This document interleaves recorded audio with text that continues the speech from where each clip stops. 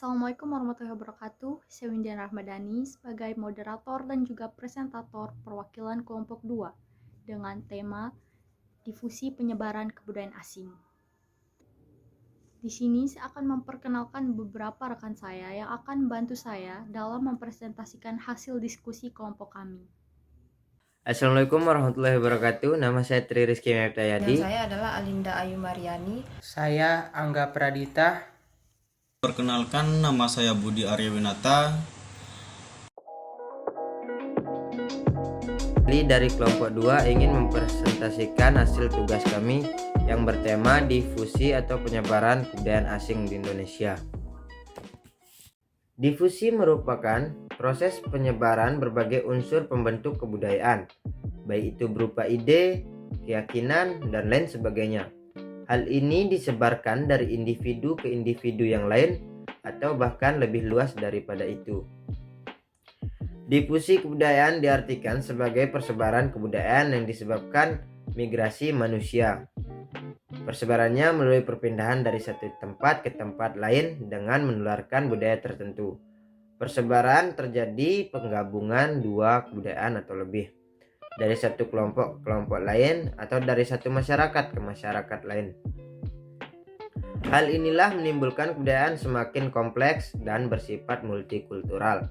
Dengan terjadinya difusi, suatu penemuan baru yang telah diterima oleh masyarakat dapat diteruskan pada masyarakat luas sampai seluruh umat manusia. Dengan demikian dapat dikatakan bahwa difusi terhadap kebudayaan manusia bukan pada aspek historis budaya tersebut, melainkan pada letak geografi. Penyebaran unsur-unsur kebudayaan bersama dengan penyebaran dan migrasi kelompok-kelompok manusia. Turut tersebar pula berbagai unsur kebudayaan. Sejarah dari proses penyebaran unsur-unsur kebudayaan yang disebut proses difusi itu merupakan salah satu objek penelitian. Penyebaran unsur-unsur kebudayaan bersama dengan penyebaran dan migrasi kelompok-kelompok manusia turut tersebar pula berbagai unsur kebudayaan. Sejarah dari proses penyebaran unsur-unsur kebudayaan yang disebut proses difusi itu merupakan salah satu objek penelitian ilmu antropologi, terutama subilmu antropologi diakronik. Proses difusi dari unsur-unsur kebudayaan antara lain diakibatkan oleh migrasi bangsa-bangsa yang berpindah dari satu tempat ke tempat lain di muka bumi, terutama dalam zaman prasejarah ketika kelompok-kelompok manusia yang hidup sebagai pemburu berimigrasi menempuh jarak yang sangat besar. Unsur-unsur kebudayaan yang mereka bawa juga turut tersebar juga. Di sini saya akan menjelaskan dua bagian materi dari makalah kelompok saya. Yang pertama itu adalah faktor mudahnya budaya asing masuk ke Indonesia, dan yang kedua itu adalah jenis-jenis difusi. Jadi yang akan saya jelasin pertama itu adalah faktor-faktor mudahnya budaya asing masuk ke Indonesia.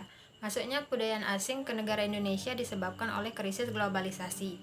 Salah satu faktor lainnya yaitu adalah kurangnya pengetahuan tentang perkembangan iptek dan masyarakat yang bersifat konsumtif terhadap barang-barang luar negeri, serta kurangnya kesadaran masyarakat dalam memilih kebudayaan yang baik dan buruk, lifestyle yang arahnya arah barat, serta penyalahgunaan teknologi.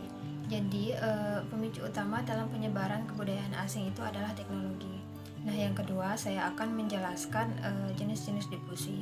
Jadi jenis-jenis difusi itu dibagi menjadi dua. Yang pertama itu berdasarkan ruang lingkup, dan yang kedua itu berdasarkan cara berlangsungnya. Nah, berdasarkan ruang lingkup itu juga dibagi menjadi dua lagi, yaitu intra masyarakat dan antar masyarakat.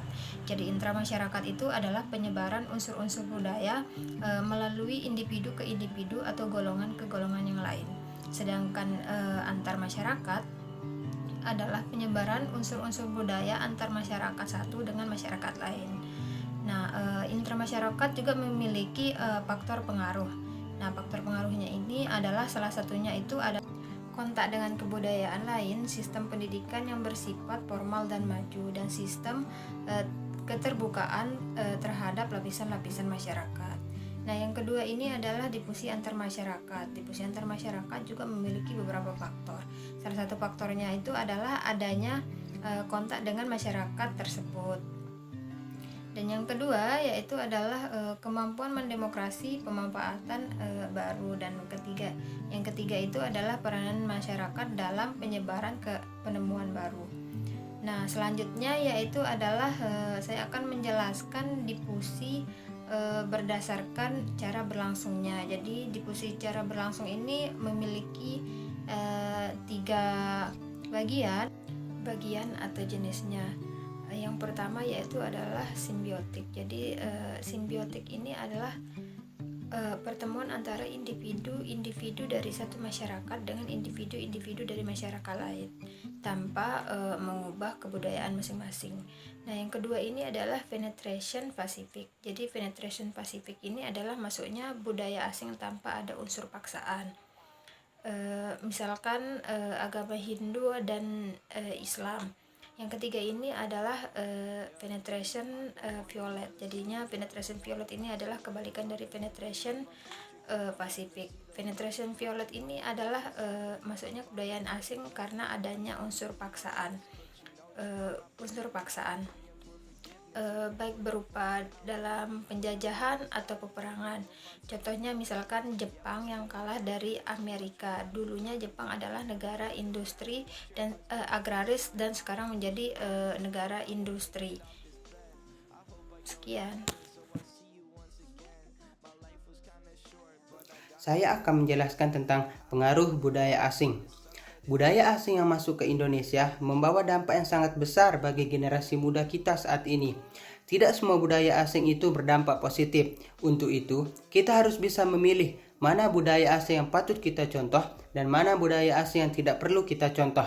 Dan yang lebih penting lagi, kita harus bisa berupaya menanggulanginya agar tidak merusak generasi anak bangsa saat ini. Banyak tindak kejahatan yang terjadi saat ini tidak lepas dari budaya asing yang masuk ke negeri kita, seperti tindak kriminal, narkoba, tawuran, mabuk-mabukan, seks bebas, pemerkosaan, dan pergaulan bebas. Itu semua terjadi karena meniru budaya luar yang sudah tidak tabu lagi untuk diikuti. Contoh pengaruh budaya asing yang lain seperti cara berpakaian dan cara berdandan. Berdandan seperti selebriti yang cenderung ke budaya barat. Dan remaja kita juga kebanyakan menggunakan pakaian yang minim bahan yang memperlihatkan bagian tubuh yang seharusnya tidak kelihatan. Padahal cara berpakaian seperti itu tidak mencerminkan budaya kita. Masalah ini semua yang mendasarinya adalah arus globalisasi yang begitu cepat merasuk ke dalam masyarakat kalangan muda. Oleh karena itu, kita sebagai anak bangsa harus memilih budaya yang baik dan benar supaya bisa menjadi warisan yang bermanfaat bagi generasi selanjutnya. Terima kasih. Dampak budaya asing bagi remaja. Setiap budaya yang dibawa masuk dari luar pasti memiliki dampak pada budaya lokal, baik berupa dampak positif maupun dampak negatif. Di sini saya akan memberikan beberapa contoh dan dampak apa saja yang ditimbulkan budaya asing bagi remaja. 1. Hilangnya nilai budaya lokal dalam jiwa remaja. Salah satu contoh negatif budaya asing bagi remaja yaitu hilangnya nilai budaya lokal. Contohnya, menghormati orang tua dan memberikan salam kepada orang tua. Oleh karena itu, jika tidak dibentengi dengan sikap komitmen yang tinggi, budaya asing dapat masuk dan merusak jiwa-jiwa remaja dengan cepat. 2. Menurunkan rasa nasionalisme. Dampak positif dan negatif budaya asing bagi remaja selanjutnya adalah menurunkan rasa nasionalisme pada remaja. Kebiasaan menggunakan budaya negara lain yang buruk bisa mengikis rasa kebanggaan terhadap produk bangsa sendiri. Contohnya, remaja yang suka dengan produk buatan negara lain dibanding dengan produk negara sendiri, membeli makanan merek asing dan tidak mau mencoba makanan asli Indonesia. Dan yang ketiga, timbul kesenjangan sosial di kalangan remaja. Faktor dampak buruk dari budaya asing lainnya adalah menimbulkan kesenjangan sosial di kalangan remaja. Hal ini akan memicu persaingan baik dalam bidang pendidikan, teknologi, gaya hidup, dan lain sebagainya. Contohnya, pemakaian handphone di kalangan remaja, persaingan dalam bahasa asing, berlomba dalam hal berpakaian, dan masih banyak lagi. Yang keempat, memunculkan kemajuan budaya. Hal lain menjadi dampak positif dan negatif budaya asing bagi remaja dalam perkembangan budaya adalah membuat budaya lokal menjadi terkenal di kalangan negara asing atau negara lain. Pertukaran budaya bisa membuat budaya lokal menjadi ikon baru bagi warga negara asing dan membuka kesempatan budaya lokal dipelajari dan dikenal sebagai budaya internasional yang layak diacungi jempol. Dan yang terakhir, meningkatkan kreativitas dan inovasi remaja. Budaya asing yang masuk ke Indonesia yang berdampak baik bagi remaja, salah satunya dapat meningkatkan kreativitas dan inovasi dalam berbagai bidang. Apalagi remaja mendapatkan kesempatan untuk berlatih dan diberikan wadah sebagai media untuk menyalurkan ide kreatif yang inovatif. Selain bermanfaat, juga bisa membuka kesempatan bekerja pada saat mereka berusia cukup. Baiklah teman-teman, saya akan menjelaskan dampak budaya asing. Dampak budaya asing di Indonesia dibagi menjadi dua. Satu, dampak negatif yang timbul karena bangsa asing, antara lain yaitu 1. Masuknya paham-paham barat yang dapat merusak moral bangsa. 2. Lunturnya jiwa nasionalisme. 3. Sikap individualistik. 4. Kesenjangan sosial. 5. Melunturkan semangat cinta akan bangsa dan budaya sendiri. 6. Gaya hidup yang bersifat konsumtif. 7. Mencari segala sesuatu yang instan. 8.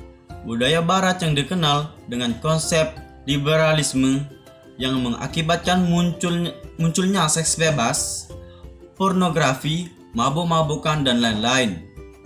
Sedangkan yang kedua yaitu dampak positif dari bangsa asing ialah sebagai berikut. 1. Dapat menguasai etik. 2. Perubahan tata nilai dan sikap. 3. Berkembangnya ilmu pengetahuan dan teknologi. 4. Terjadinya akulturasi budaya sehingga tidak mengalami kebosanan budaya karena masyarakat selalu menginginkan hal-hal yang baru. 5. Dapat mengikuti mode pakaian dan gaya hidup yang sedang populer. 6. Menggunakan bahasa-bahasa lain dalam komunikasi dalam meningkatkan wawasan ilmu pengetahuan. 7. Munculnya ide-ide baru yang dapat membantu kemajuan etik. Nah, teman-teman, kita berada di penghujung materi yaitu kesimpulan. Kesimpulan yang dapat kita ambil dari materi-materi yaitu difusi kebudayaan asing tidak selamanya dan tidak keseluruhan membawa pengaruh negatif. Masih banyak pengaruh budaya asing yang masuk membawa pengaruh baik untuk keberlangsungan hidup dan kemajuan zaman di hal-hal yang positif. Untuk itu, diperlukan individu-individu yang mampu berpikir aktif membawa hal-hal baik dari masuknya kebudayaan asing di Indonesia. Pada proses difusi, pemindahan unsur-unsur nilai budaya bukanlah hanya sekedar kebudayaan yang dipindahkan dari satu masyarakat ke masyarakat yang lain, seperti halnya dari generasi tua ke generasi muda, tetapi juga tentang proses interaksi antar individu dengan kebudayaan. Untuk itulah diperlukan individu yang berkualitas di mana memiliki karakter, keimanan yang kuat dan merupakan agen yang kreatif, bukan pasif, sehingga proses difusi akan berdampak positif bagi masyarakat pada umumnya. Nah, begitulah kesimpulannya teman-teman. Apabila ada kesalahan kata, mohon dimaklumi. Sekian dari saya. Wallahul muwaffiq ila aqwamit thoriq. Wassalamualaikum warahmatullahi wabarakatuh. Sekian dari kelompok kami. Wallahul muwaffiq ila aqwamit thoriq. Wassalamualaikum warahmatullahi wabarakatuh.